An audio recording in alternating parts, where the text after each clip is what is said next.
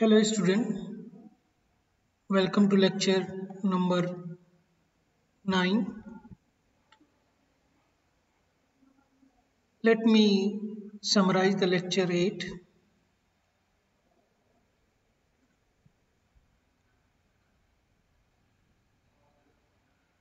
In the lecture 8, we discuss about the IR system. IR stand for infinite impulse response. Infinite pulse response. इसमें हमने बताया था कि यदि इम्पल्स रिस्पांस की लेंथ या duration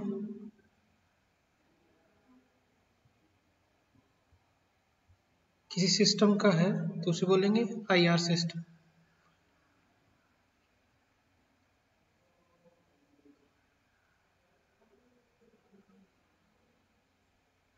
impulse response,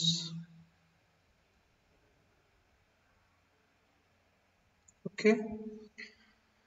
FIR stand for finite impulse response. इसमें क्या होगा कि जो इम्पल्स रिस्पांस की फाइनाइट लेंथ इम्पल्स रिस्पांस होता है FIR सिस्टम में।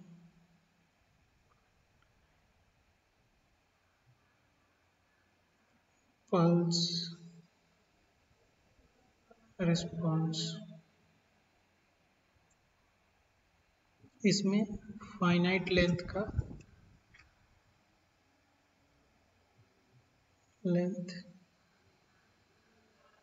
Impulse response, okay. और हमने डिस्कस किया था what are the issues in implementation of discrete time systems. सो हमने डिस्क्रीट सिस्टम को दो कैटेगरी में दो क्लास में क्लासिफाई किया था, IR system and FIR system. तो all FIR system can be implemented.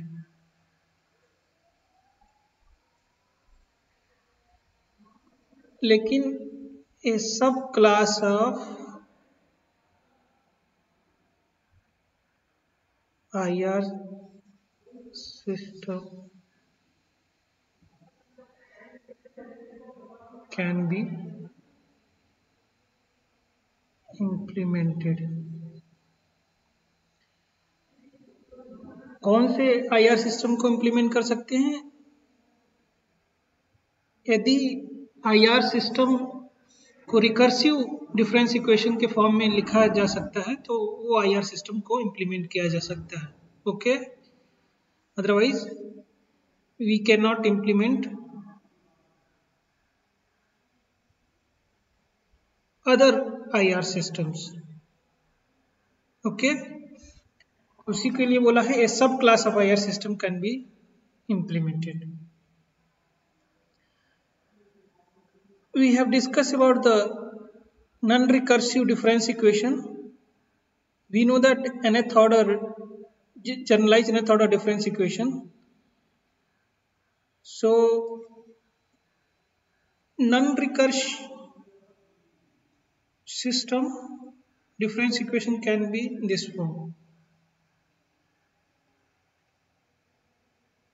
y of n equal to bk into x n minus k, where limit start from 0 to m. This is example of non-recursive difference equation.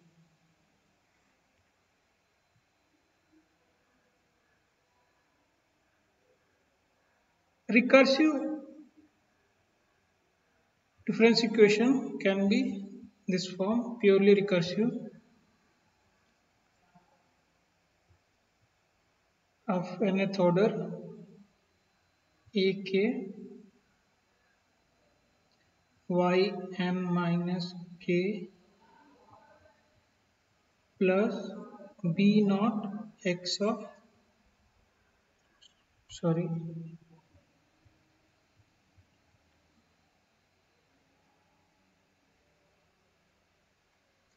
Recursive system में क्या होता है कि जो current output using the previous outputs okay या past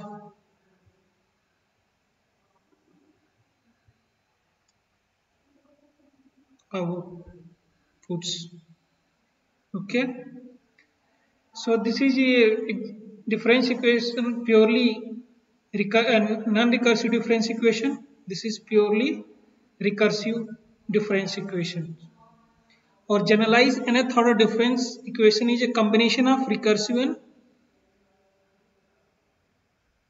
and non-recursive difference equation और हमने discuss किया था solution of difference equations so we can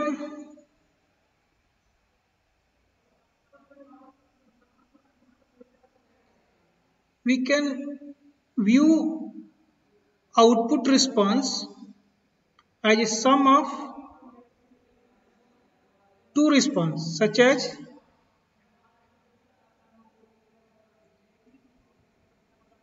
I will explain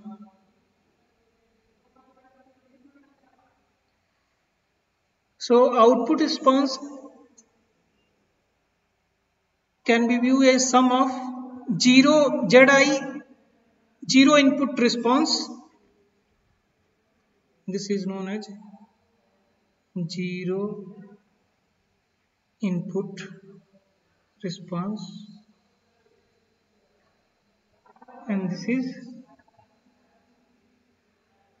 zero state response and this is your output response okay if you want to obtain a solution of difference equation so I can separately find zero input response for the differential equation I can separately find the zero state response okay zero input response में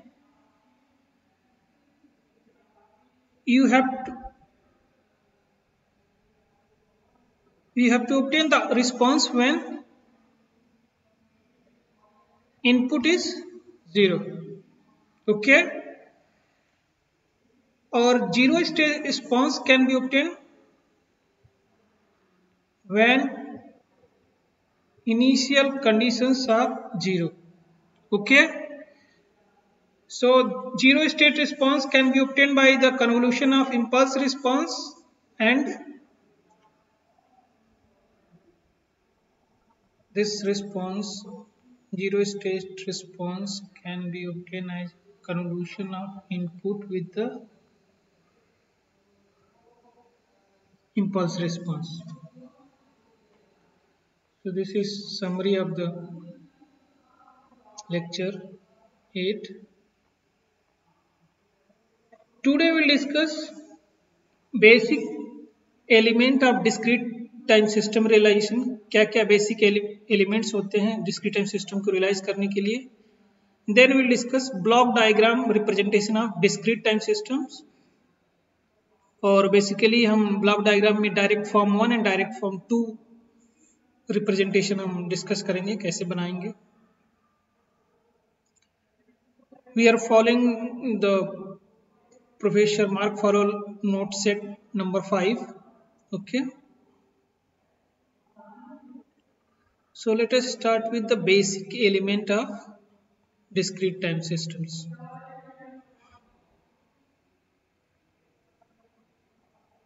basic elements of discrete time system realization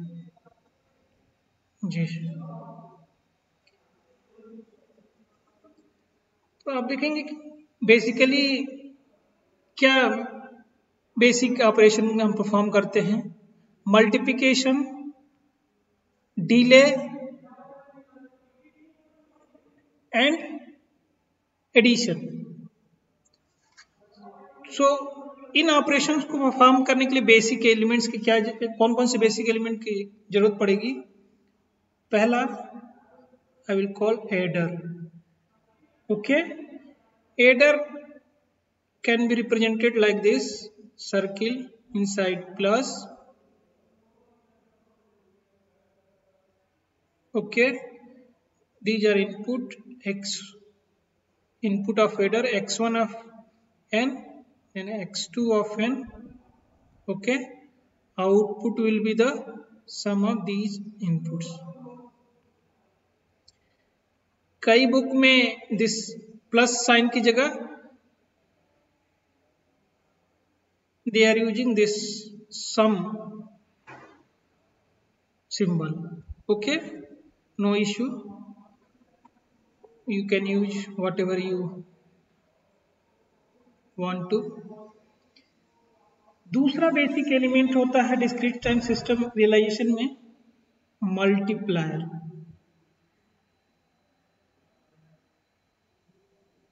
okay, multiplier को pictorially represent करते हैं। This x of n is input, you have to multiply a scalar multiplier a and output a times. कुछ लोग जगह पे ये भी इस तरह का भी नोटेशन यूज करते हैं मल्टीप्लायर को रिप्रेजेंट करने का। Your okay,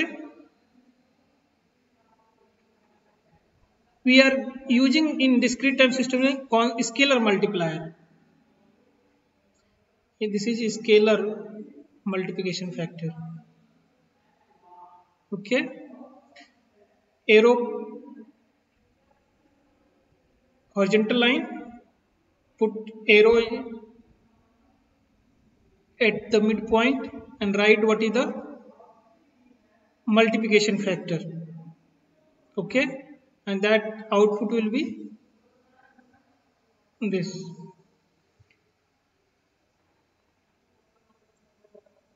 Next basic element है delay. Okay,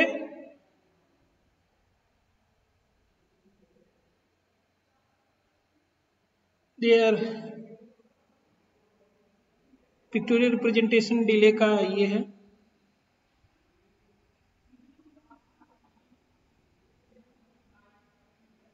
input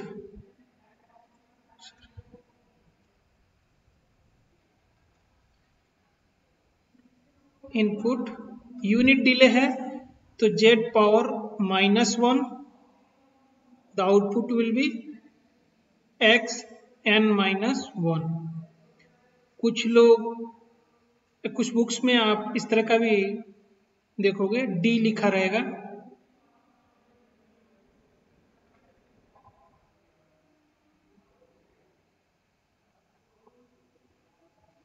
okay, will use this, मैं ये फॉलो करूंगा, ये नोटेशन और ये वाला block diagram representations. Okay,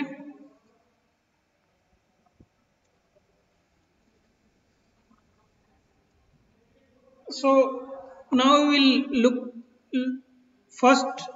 will take a first look at how to implement या build discrete time systems. FIR system जो था उसका input output relation can be written as in terms of convolution h of k into x n minus k summation starting from 0 to m-1। यहाँ पे हम मान h of n is a pulse response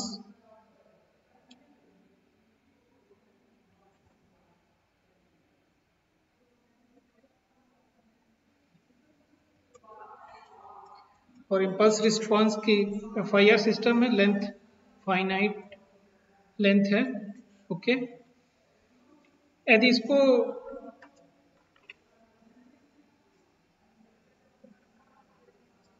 in terms of block diagram elements we can write like this. Okay,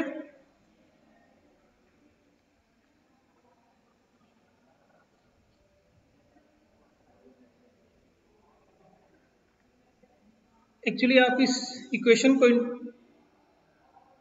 expand करते हो तो you will get like this h of 0 into x of m, okay, plus h of 1 into x n minus 1 up to h m minus 1 into x m.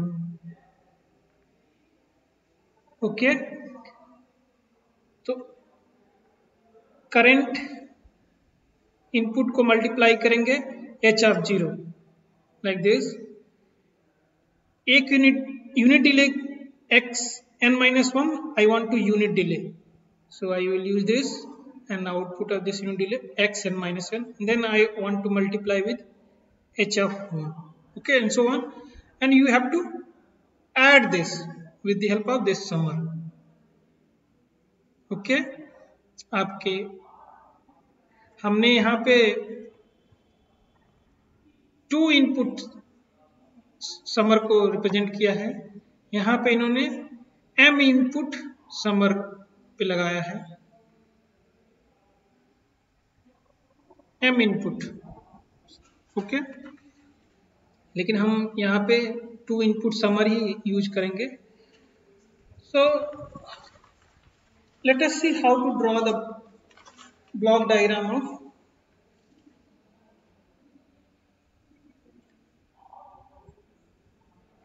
of discrete time systems.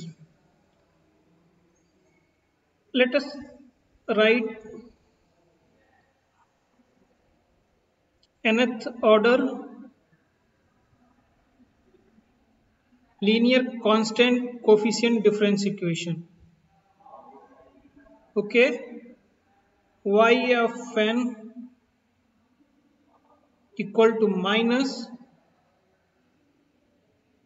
summation of ak into y n minus k starting from 1 to n plus summation of bk into x n minus k. Okay, इस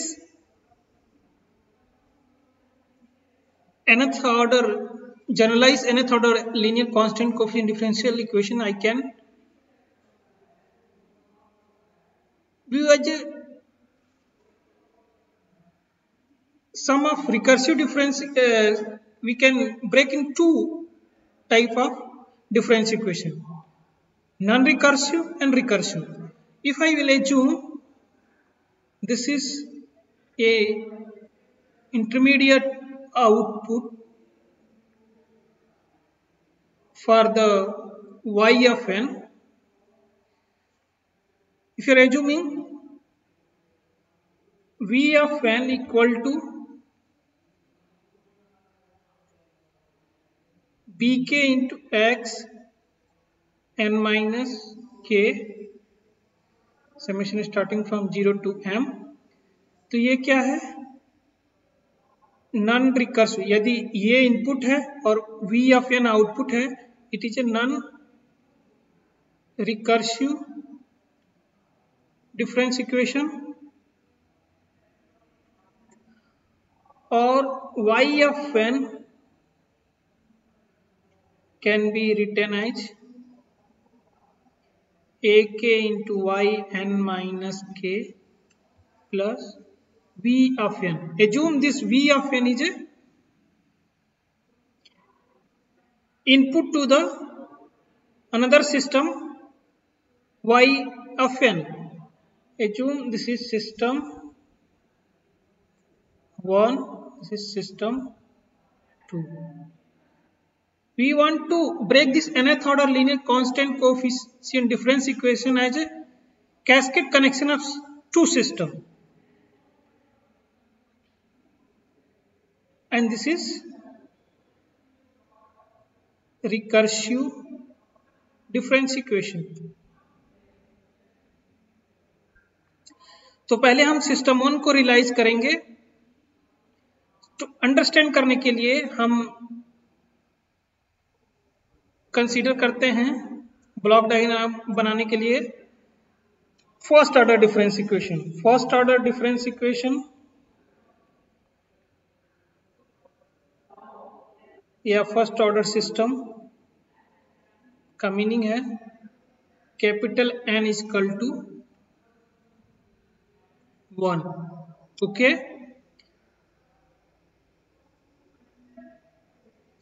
और इसमें हम simplified करने के लिए for simplicity we are assuming m equal to 1. Okay, अब इसको हम first order difference equation for n equal to 1 and m equal to 1, order depend upon this capital M, not capital M. Okay, so I can write y of n equal to minus a1 y n minus 1 plus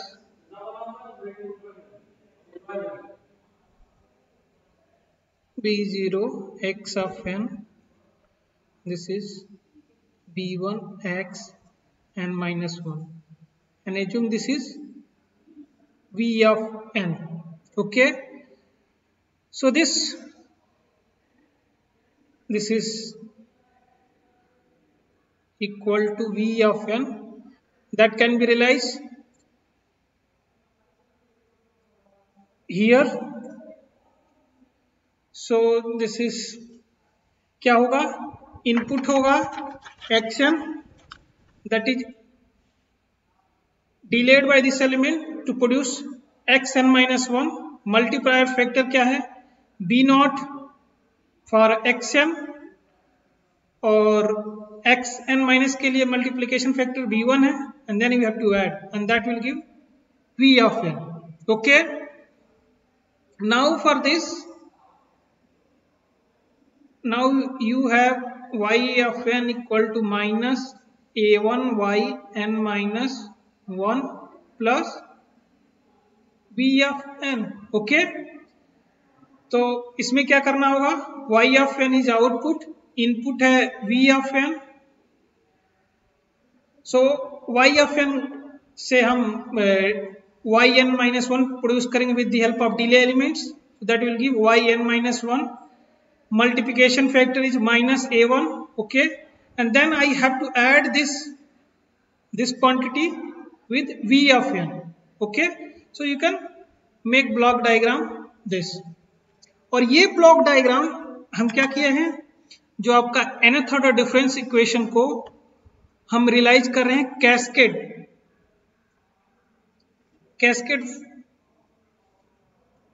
cascade system होता है.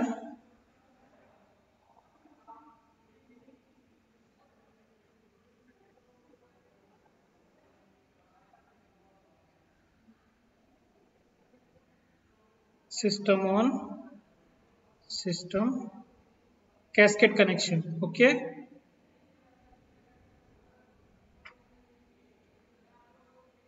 Okay, तो system one को recursive and non recursive difference equation में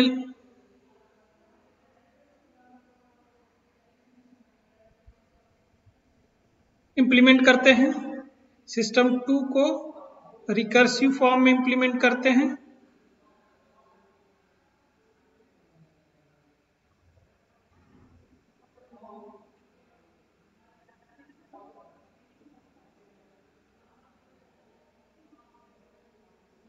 okay, तो यही चीज यहाँ पे किया गया है। ये सिस्टम 1 है, ये है system 2। Okay, so block diagram बनाना यदि सिस्टम 1 सिस्टम 2 में ब्रेक कर दें ओवरऑल सिस्टम को, cascade connection of system 1 and system 2, तो हम सिस्टम 1 को का ब्लॉक डायग्राम ये रिप्रेजेंटेशन है, सिस्टम 2 का ब्लॉक डायग्राम रिप्रेजेंटेशन ये है। Okay, easily we can draw. और इस रिप्रेजेंटेशन में जहां पे हमने ओवरऑल सिस्टम को हमने cascade, we are assuming that it is a cascade connection of two system, system 1 and system 2। Okay, और इस फॉर्म को बोलते हैं डायरेक्ट फॉर्म 1। और इसमें क्या होता है कि डायरेक्ट फॉर्म 1 में separate delay elements are use for input system 1 and system 2। System 1 को कुछ लोग इनपुट सिस्टम बोलते हैं, क्योंकि जो हमारा ओवरऑल सिस्टम है उसका इनपुट क्या है, x ऑफ n है, आउटपुट क्या है, y ऑफ n है। ओके,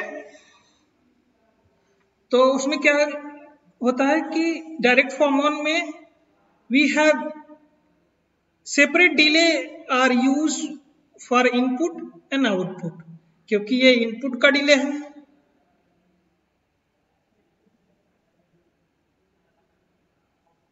डिले फॉर इनपुट, इसको बोलते हैं delay element for output. Okay, तो डायरेक्ट फॉर्म 1 रिप्रेजेंटेशन में हमें सेपरेट डिले एलिमेंट यूज करते हैं, इनपुट x ऑफ n और सेपरेट डिले यूज करते हैं for output y of n। Okay,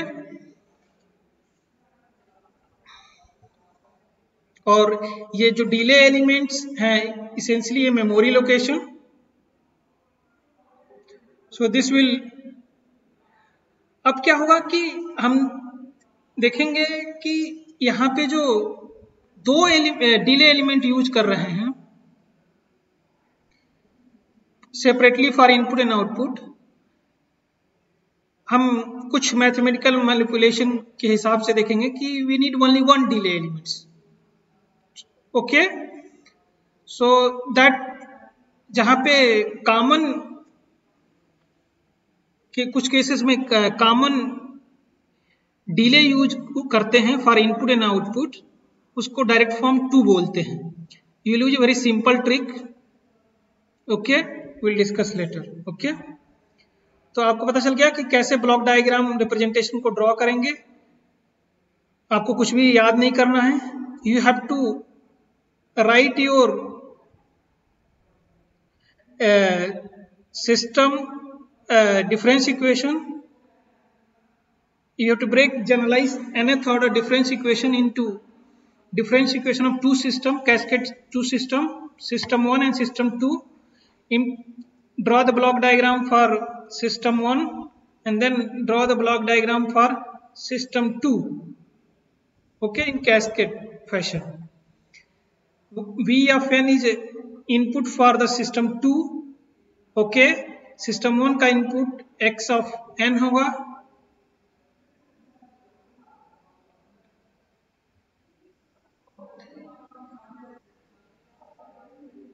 this is output for system 1 and this is output for system 2। Okay,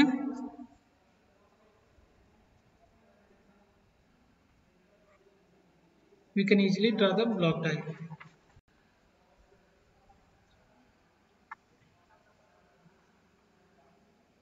अब convolution properties हम देखते हैं कि यदि सिस्टम 1 का इंपल्स रिस्पांस h ऑफ 1 है, दूसरे सिस्टम का impulse response h2 of n है।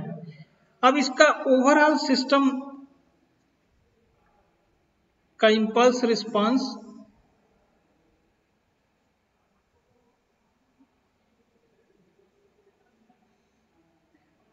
h of n है, this h of n will be equal to product of h1 of n, convolution of h1 of n with h2 of n. Okay, so ये जो first order difference equation है, यदि हम जो output है y of n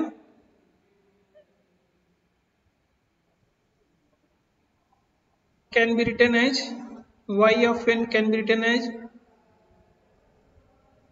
convolution of hn with x of n. Now substitute h of n equal to convolution of h1 of n with h2 of n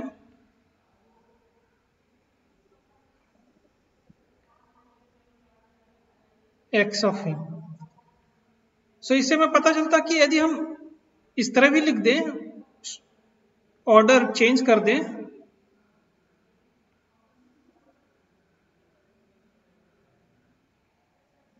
sorry,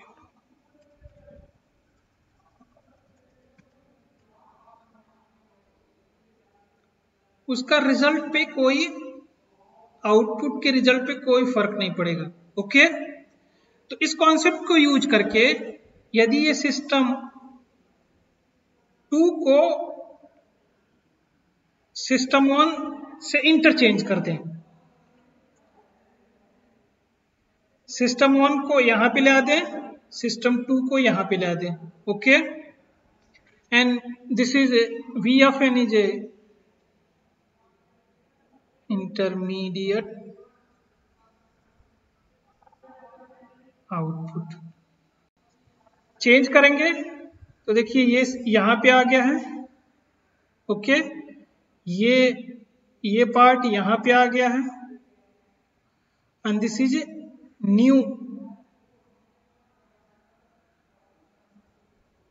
intermediate output, intermediate outputs. अब यदि ये आप देखोगे इसको इस तरह से आप दिखेगा टोटली. ओके, क्योंकि हम system are characterize by impulse response. Okay, तो ये सजेस्ट करता है कि सिस्टम को भी हम ऑर्डर जो है, पहले जो है उसको जो इनपुट साइड में है उसको आउटपुट साइड में ले जा सकते हैं, और जो आउटपुट साइड में है उसको इनपुट साइड में ले आ सकते हैं. Okay, intermediate output can change. Okay, but what is the final output v of y of n will not change. Okay, अब you assuming omega of n, अब इसको दोनों डिले एलिमेंट से पास होगा, इस डिले एलिमेंट से, तो I will get omega n minus 1. इस डिले एलिमेंट से भी पास होगा, I will again get, we will get the same omega n minus 1. Okay, तो हमें जब यही सेम वैल्यू ऑब्टेन करनी है तो हमें दो डिले यूज करने की कोई जरूरत नहीं है. I can use a single delay in place of this, and this is known as direct form 2. Okay, same value, so only one delay is needed. तो इन दो डिलेज को सिंगल डिले से रिप्लेस कर दिया गया है, और इसमें कहीं भी सेपरेट डिले नहीं यूज होगा. Nowhere in this do we have the delays for input या आउटपुट. इसमें हम कैटेगराइज नहीं करते हैं ये इनपुट का डिले है या कि आउटपुट का डिले है. Okay, so this is direct form 2 representation. उसी को ये coefficient first order difference equation में डायरेक्ट फॉर्म 2 कैसे रियलाइज करना है उसको बताया गया है. यहाँ पे बी नॉट होगा, ये B1 होगा. ये जो आउट पहले ये इनके कोफिशिएंट्स यूज होंगे. यहाँ पे माइनस ओमेगा 1 को यूज करेंगे, ओके, माइनस A1 को यूज करेंगे। आउटपुट जो डिलेड आउटपुट का मल्टीप्लाइंग फैक्टर है उसका यूज करेंगे। इस वाले में इनपुट के मल्टीप्लाइंग फैक्टर यूज होंगे। ओके, तो आपने समझा कैसे सिस्टम 1 डायरेक्ट फॉर्म 2 बनाया जा सकता है। डायरेक्ट 2 फॉर्म का एडवांटेज क्या है? We need less hardware, delay element is a hardware, HW denotes the hardware abbreviation. Each delay is essential in memory location, so this will be reduce the hardware need. Okay, if you use simple trick कि हमें इसके हिसाब से हम order change कर सकते हैं convolution का, तो सिस्टम का ऑर्डर भी चेंज कर सकते हैं। सिस्टम का ऑर्डर चेंज करने से इंटरमीडिएट आउटपुट चेंज होगा, लेकिन जो आपका कैश फाइनल आउटपुट है वो नहीं चेंज होगा। Change of order. A block diagram for generalize nth order difference equation लिखा है, उसके लिए सेम ट्रिक। ये जो पोर्शन है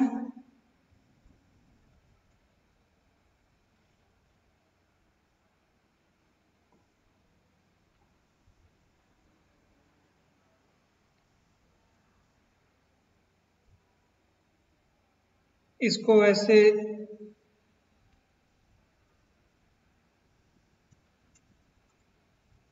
y of n equal to minus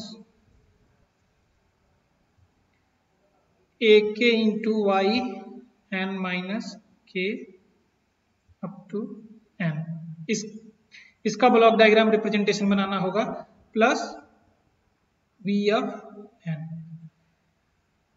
direct form 1 है nth ऑर्डर डिफरेंस इक्वेशन के लिए। इस वाले केस के लिए आप ये रिकर्सिव डिफरेंस इक्वेशन है, non recursive difference equation v of n equal to sum of bk into x n minus k summation start from k equal to 0 to m। Okay,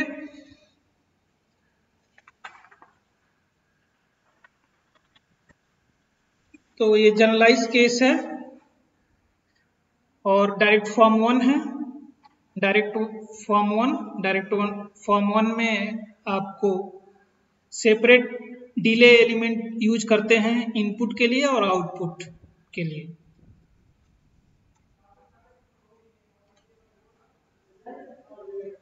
यहाँ पे जो ये स्ट्रक्चर एज्यूम करके बनाया गया है, assume m equal to n। Okay, लेकिन ये कोई नेसेसरी नहीं है कि हमेशा n इक्वल टू m हो। Okay, it can be different. तो इसमें आप देखेंगे हार्डवेयर रिक्वायरमेंट कितनी है डायरेक्ट फॉर्म 1 में। Hardware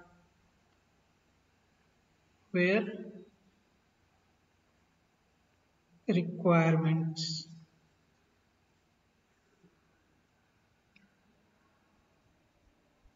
first find number of multiplier.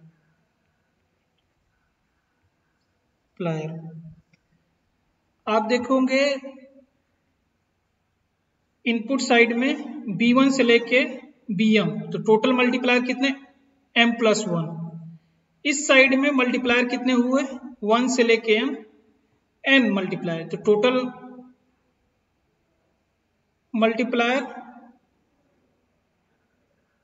Number of multiplier m+1 plus n, that will equal to m plus n plus 1.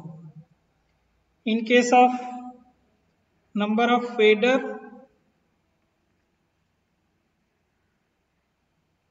okay, यदि 3 number को add करना हो कितने एडिशन ऑपरेशन की जरूरत होगी? 3 नंबर को 2। उसी तरह यहाँ पे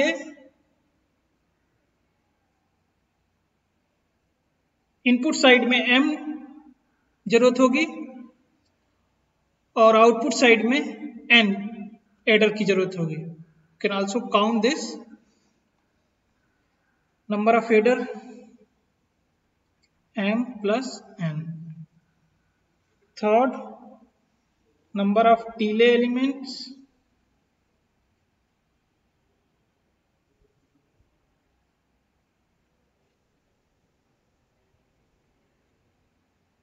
m plus n। m input side में डिले चाहिए, n आउटपुट साइड में। ओके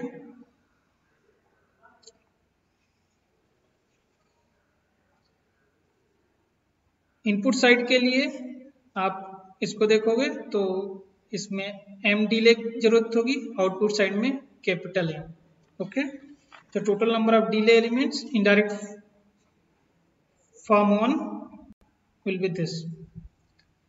और जो सिंपल ट्रिक यूज किए हैं उसी तरीके से हम डायरेक्ट फॉर्म 2 को बना सकते हैं।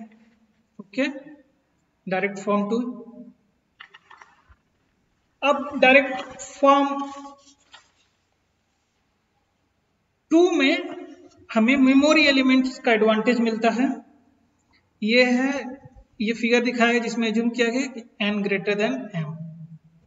ओके तो इसमें number of delay elements in direct form 2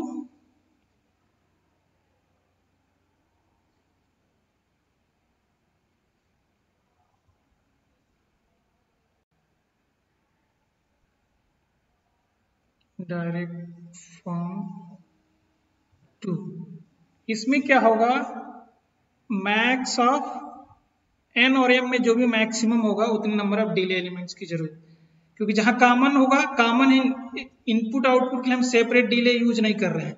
यदि n इक्वल टू m होगा तो जो भी मैक्सिमम, तो दोनों बराबर क्वांटिटी है तो मैक्सिमम की कोई बात ही नहीं। ओके तो m number n equal to m case में m या n मेमोरी एलिमेंट्स की रिक्वायरमेंट, लेकिन n greater than equal to m है तो उस केस में मैक्स ऑफ n।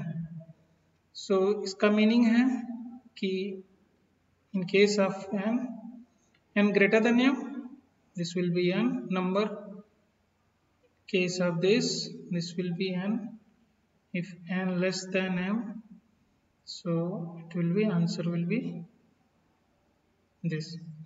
तो इसमें डिले एलिमेंट का, क्योंकि डायरेक्ट फॉर्म 2 में सेपरेट डिले नहीं यूज करते हैं इनपुट आउटपुट के लिए, डायरेक्ट फॉर्म 1 में हम सेपरेट डिले यूज करते हैं इनपुट एंड आउटपुट के लिए।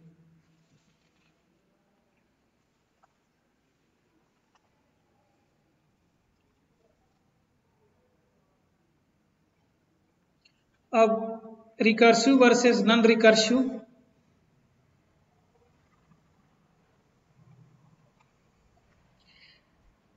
इसमें क्या है कि जो कोफिशिएंट ए के जो होता है, कोफिशिएंट ए के आल्सो ने multiplication factor of output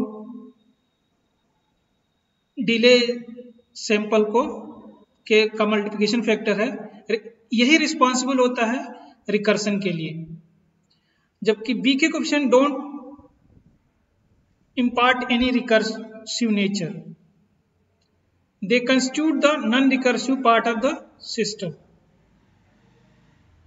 okay तो रिकर्सिव पूछेगा, रिकर्सिव कोफिशिएंट्स कौन है, रिकर्सिव कोफिशिएंट ए के हैं। रिकर्सिव कोफिशिएंट जो रिकर्सन के लिए रिस्पॉन्सिबल है, यदि 0 होंगे तो रिकर्सन नहीं होगा सारे recursive coefficient. This is non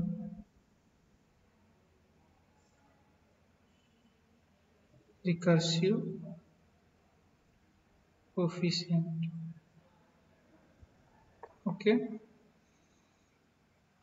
इसमें कौन सा रिकर्सिव पार्ट है, ये है नॉन रिकर्सिव पार्ट, ये रेड सर्किल में रिकर्सिव पार्ट्स हैं। nth ऑर्डर डिफरेंस इक्वेशन का। प्योरली रिकर्सिव सिस्टम का block diagram representation. Purely recursive में आपका m शुड बी 0, जिसमें कोई भी आउटपुट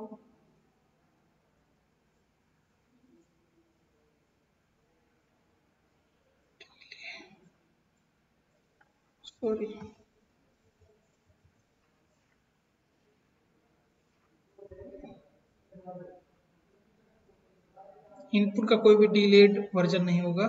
ओके, सिर्फ आउटपुट के डिलेड वर्जन होंगे। ओके, और इस कोफिशिएंट को यहाँ पे भी आप मूव कर सकते हो, कोई इशू नहीं है, क्योंकि आपको इनपुट को स्केल करना है बी नॉट से।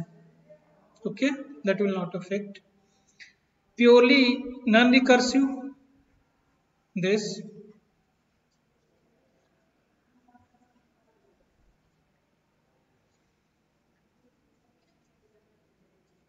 उसका ब्लॉक डायग्राम ये होगा। ओके,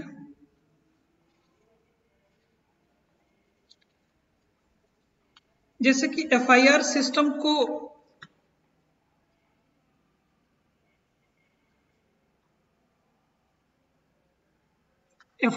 को आपने देखा था कि प्योरली नॉन रिकर्सिव स्ट्रक्चर है, उसका इंप्लीमेंटेशन का non recursive structure. Okay, recursive part नहीं है इसमें। रिकर्सिव पार्ट में आउटपुट यूज होता है, नॉन रिकर्सिव में डिलेड वर्जन है इनपुट के, न कि आउटपुट के। ओके, लेकिन FIR सिस्टम को दोनों वे से इंप्लीमेंट किया जाता है, रिकर्सिव एंड नॉन रिकर्सिव। लेकिन FIR system can be implemented using recursive, not purely recursive. Note down. Okay, ऐसा नहीं होगा कि उसको फुल्ली रिकर्सिव इंप्लीमेंट करें, लेकिन IR सिस्टम को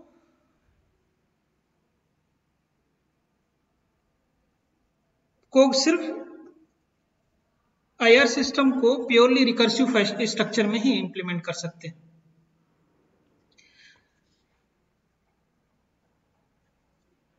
तो नॉन रिकर्सिव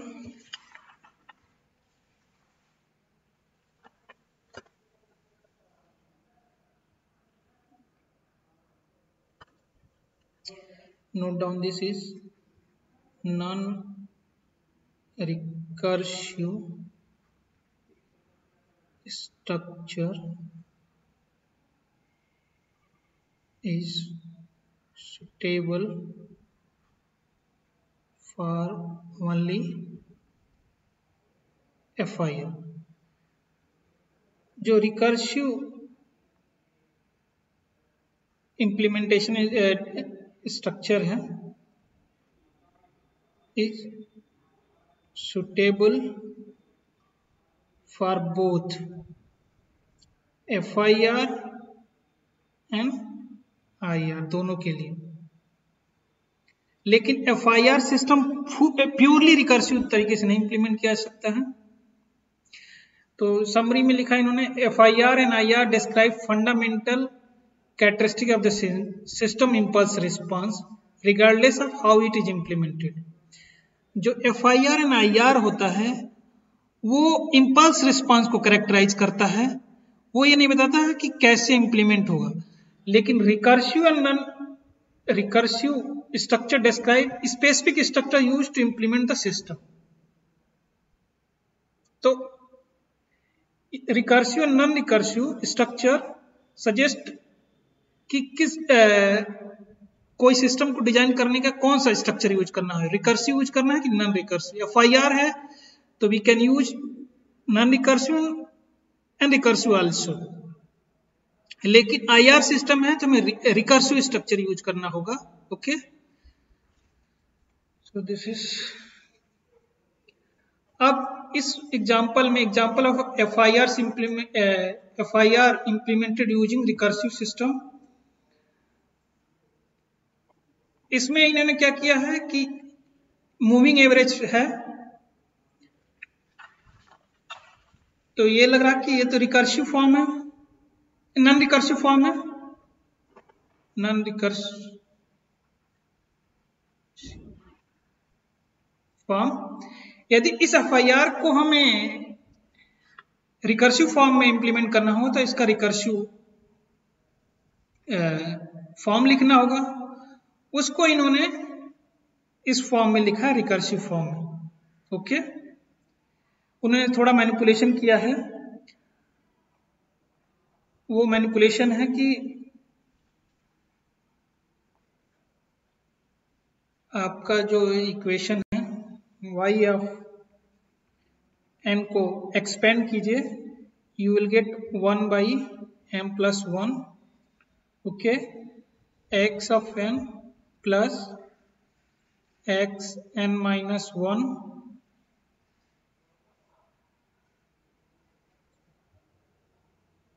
और उसमें xn-m-1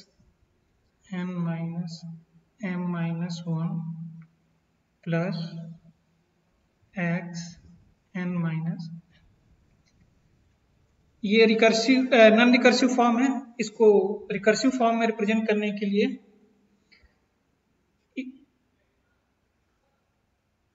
इस साइड में add and subtract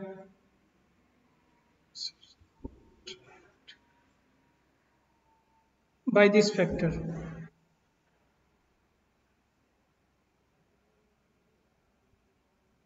one by m+1 into xn-m+1,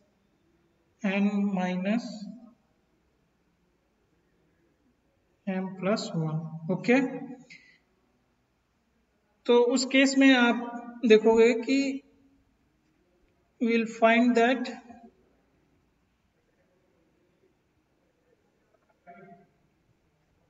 x of n plus xn-1 और ये सॉरी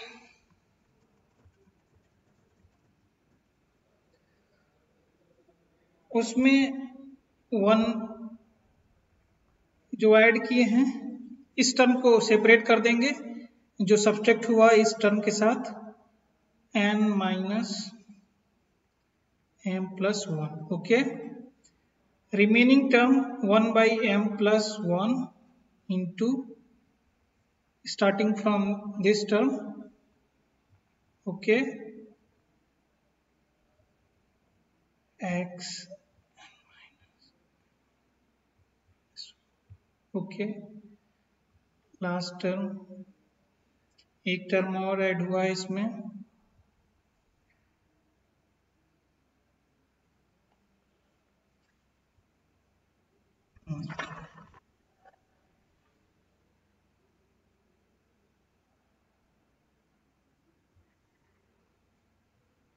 x माइनस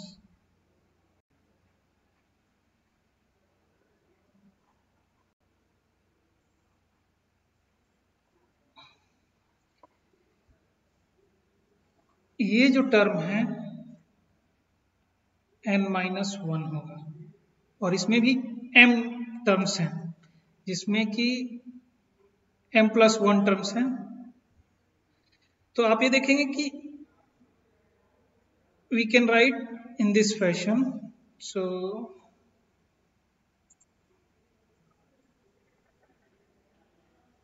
इसको लिख सकते हैं y of n equal to 1/m+1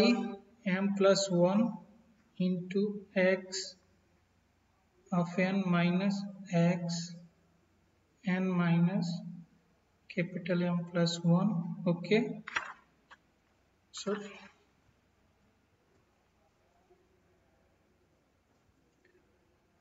और रिमेनिंग टर्म्स को लिख सकते हैं this m+1 factor sum m x n-1 minus k। अब इसको एक्सपेंड करोगे you will get this term, okay. तो इस तरीके से आप सर्टेन मैनिपुलेशन करके नॉन रिकर्सिव फॉर्म को रिकर्सिव फॉर्म में ये है non recursive form, that is written in recursive form. तो इसका इम्प्लीमेंटेशन ये है, इसमें एक्शन यहाँ पे सब्सट्रैक्ट होगा due to this, okay. Action को ऐड करना है और एक कॉमन मल्टीप्लायर फैक्टर है, तो यहाँ पे हमने यूज किया मल्टीप्लिकेशंस। ये सारे डिले प्रोड्यूस करने के लिए इस एलिमेंट के, ओके। तो आप एक्शन है, आपको m-1 डिले होने चाहिए यहाँ पे, ओके। अब ये मिल गया। अब आउटपुट का y ऑफ n चाहिए और उसको ऐड करना है। This will be FIR system का रिकर्सिव इम्प्लीमेंटेशन, ओके। लेकिन ये प्योरली रिकर्सिव इम्प्लीमेंटेशन नहीं है, it is combination of recursive and non recursive implementation. तो ये टॉपिक समाप्त हो गया, ओके। ये डिस्कस किया था इंट्रोडक्शन में। Thank you.